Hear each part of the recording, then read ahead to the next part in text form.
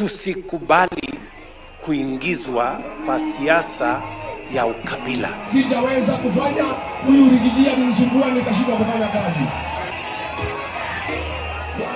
Iko Nini. So jana kuna vile results za KCSE zilibaki zimetoka, but zilitokea pia around the same time when there's been this whole debate about selection of high schools, and kuna vile siku hizi zinaitwa ni grade 10. Yes, kuna vile umsa anaitwa Gachagua alibaki ametokea akasema that alibaki amemake a comment that somehow went viral because they cut a short clip of it, and I remember that nikibonga juu story nilikuwa nasema that shida ya saying such a thing is even such a small clip can be taken and it just goes viral na hakuna mtu anataka kujua what else was said. So of course juu hiyo clip moja kugo viral, kuna vile Ruto amekuwa akitake advantage ya kutandika Gachagua on that, but wacha tusikize kile Gachagua alisema na kile Ruto amekuwa akisema, alafu tucheck kunaendaje.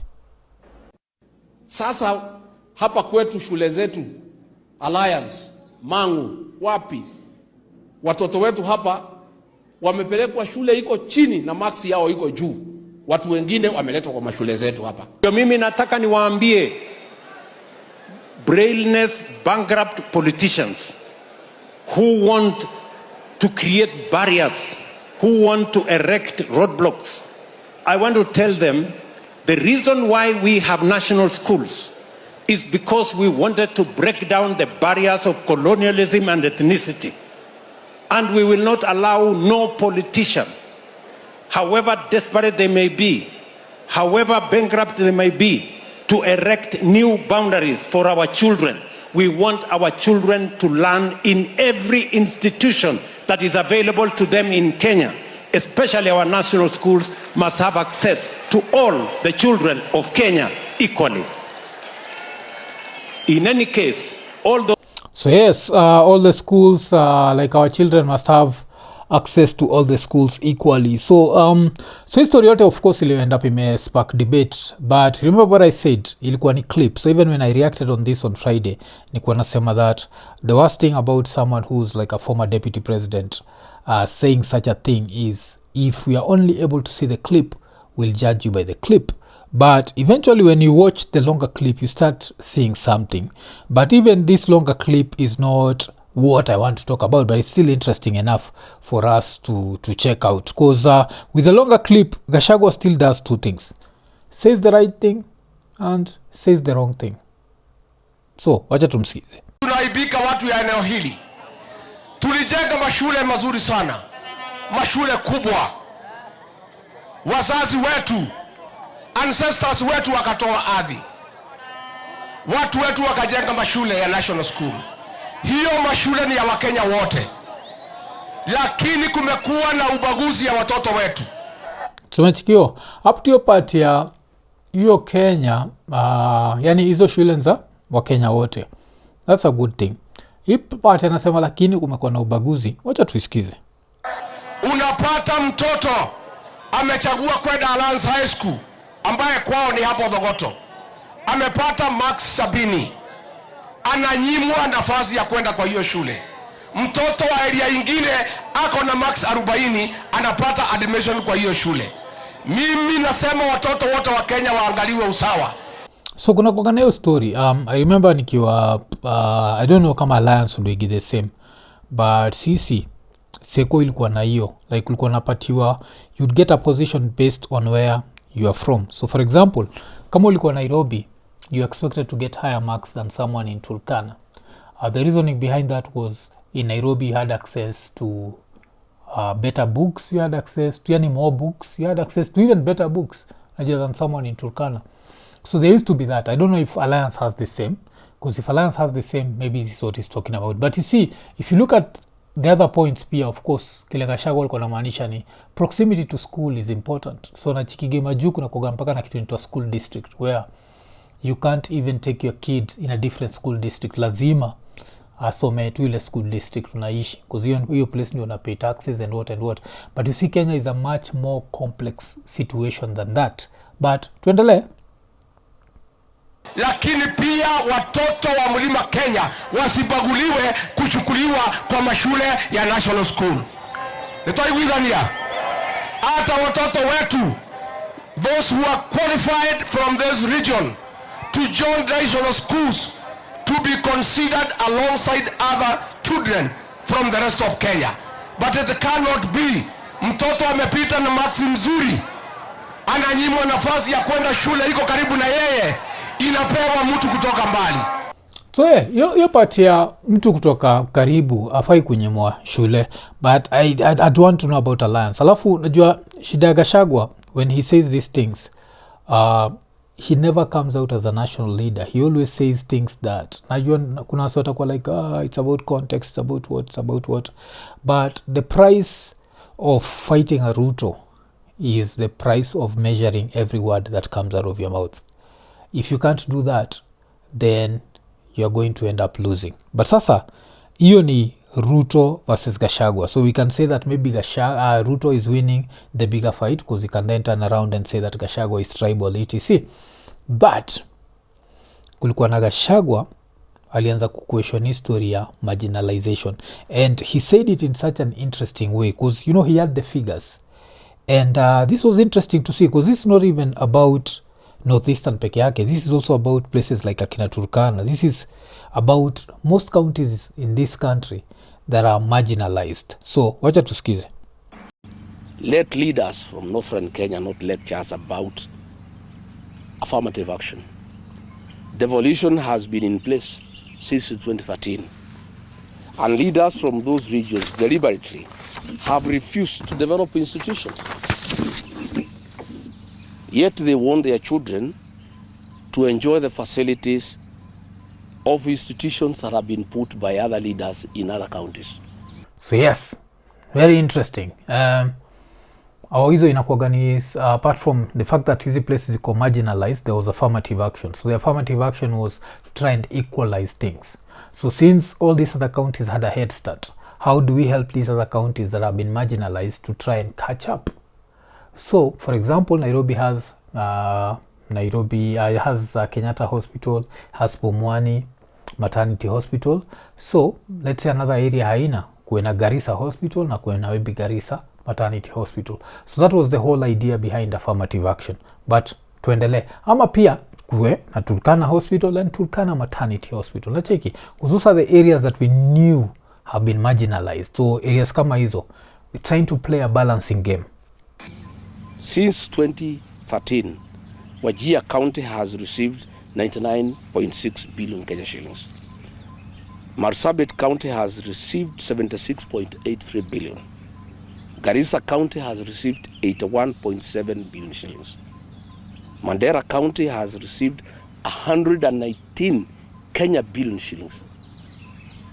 They have the opportunity to develop institutions of the highest standards possible in Kenya.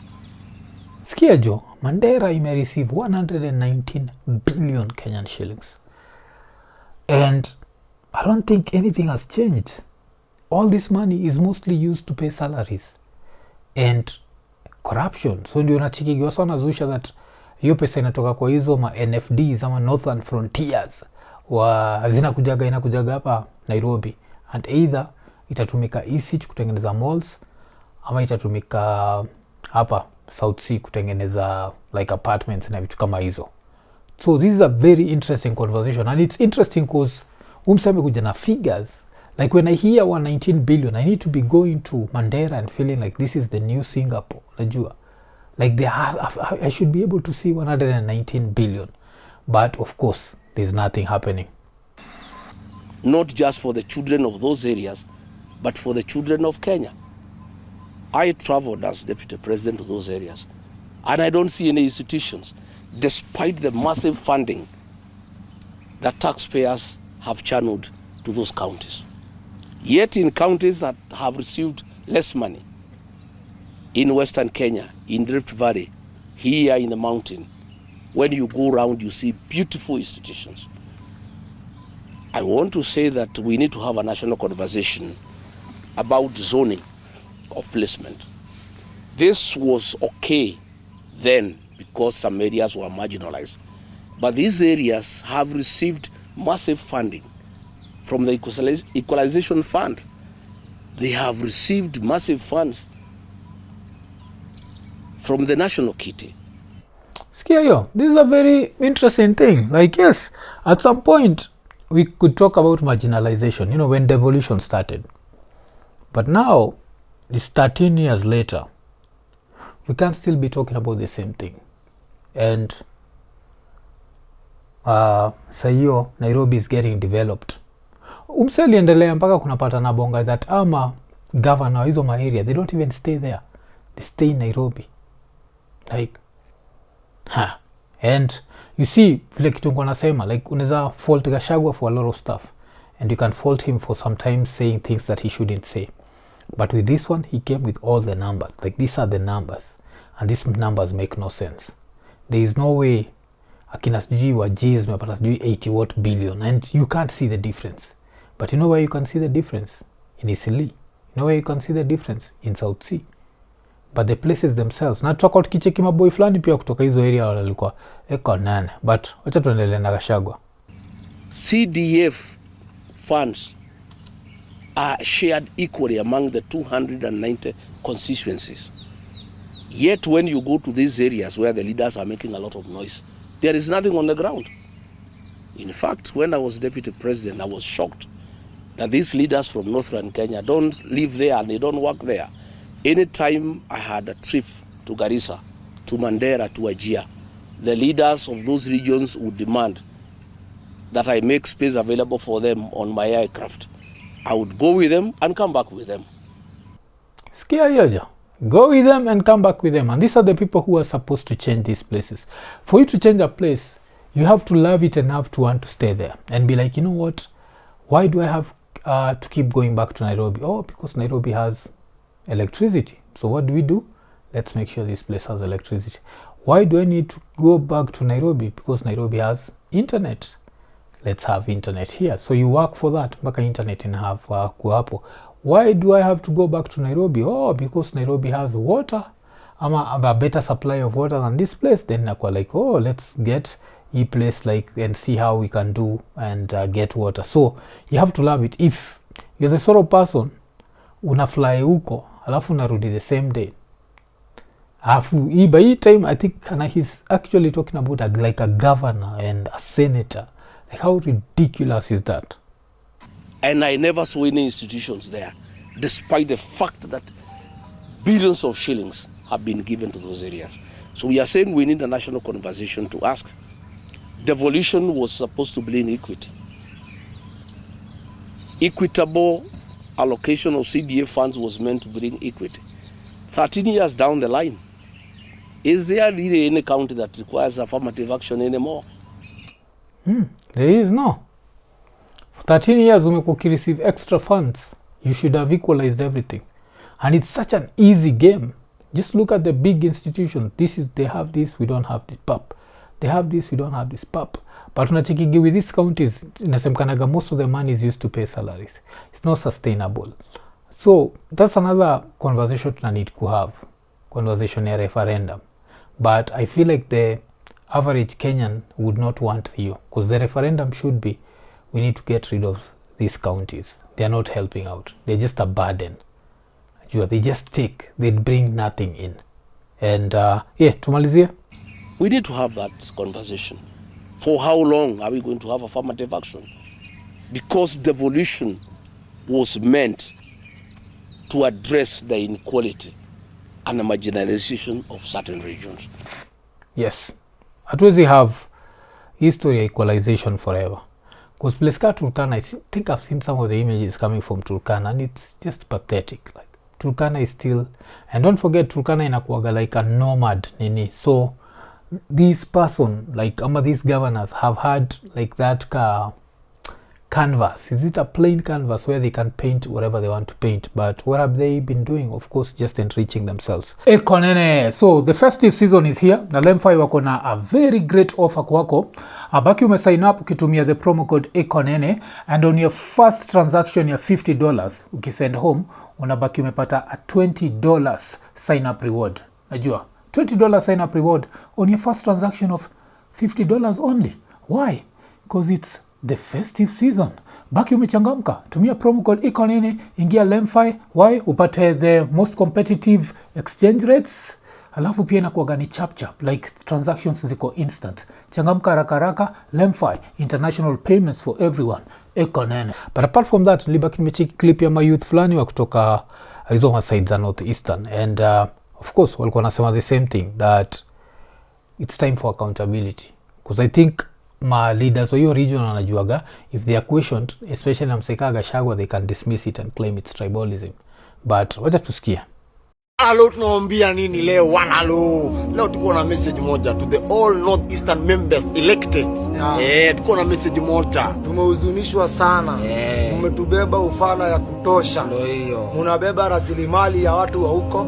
Pesa za kufanyia watu kazi huko mmebeba zote, mnatengeneza ma estate huku, mnatengeneza magorofa hapa na huko. 2026 in Kenya after 62 years of independence, mtu analala kwa manyata. Mtu anajisaidia kwa ndoo. Walai mtaulizwa. Hii maneno ya kuambia ati wazee wanatuambia ati juuni wa kabila fulani apatiwe kura, hiyo hatutaki tena. Na vijana wa Wajia, mmelala ya kutosha. Mnafunikwa macho na mambo za football tournaments. Utakula mpira, Chekio. Macheki na kama youth wanazuisha. Afu macheki vile nasema, hiyo do inatumika kujenga Nairobi, and it's very sad because ani wale mabuda una mitigi unapata wanaongea mbaya, wanaongea na ile confidence ya I work hard, I'm an astute businessman, I'm what and what, alafu ni kuiba tu do ya huko wakileta hapa. And of course hiyo do ikiibiwa iletwe Nairobi, people die. Ikuagi like it's this like harmless crime. It's a really bad crime. Utakula mpira. Hiyo upuzi tuachane nayo, watu waamuke. Tumechoka. Whether you are a minister, whether you are a governor, senator, whether you are an elected MP, whether wewe ni MCA, kama hujafanyia watu wako, kuna siku utawacha hii dunia. Utakuja kuulizwa. Unajifanya Waislamu, hiyo si Uislamu bana. Hiyo si Uislamu. Uislamu hairuhusu kukudhulumu mtu. Mama saa hii Kenya 62 years, Wajia mama anazaa kwa nyumba. Asikia hiyo jo. Watu wanazaa kwa nyumba. Na hii time wasa wanazaa kwa nyumba, hapa hizi neighborhoods za Nairobi kienda left, right and center, this is being built, this is being built, this is being built, and yeah, it's a sad state of affairs, najua. So I don't know what's going to happen, but Gachagua ameanzisha a very interesting conversation, and it's a conversation to be had. The one about schools and selections, that one I don't agree with him. The one about marginalization and places claiming to be marginalized and still wanting like an equalization fund to run forever, that can't happen, because we also have to look at the population. Like, what's the population in Turkana? Why does Turkana need these funds forever? Yeah, makes no sense. Then to come to the northeastern where the money is being brought to Nairobi, pesa Turkana sijui inapelekwa wapi, most probably it's being taken to a foreign country. So this even reminds me, all of a sudden do ikitoka Minnesota at least inakuja Nairobi na equalize vitu. So kuna hiyo, but yeah, niambie jo, unafeel nini juu ya marginalization? Is it something that we need to equalize forever, ama is 13 years, ama basically is 15 years enough, that after 2027 we should not hear that equalization nonsense, ama that marginalization nonsense? Baki mniambia kwa comments. Iko nene.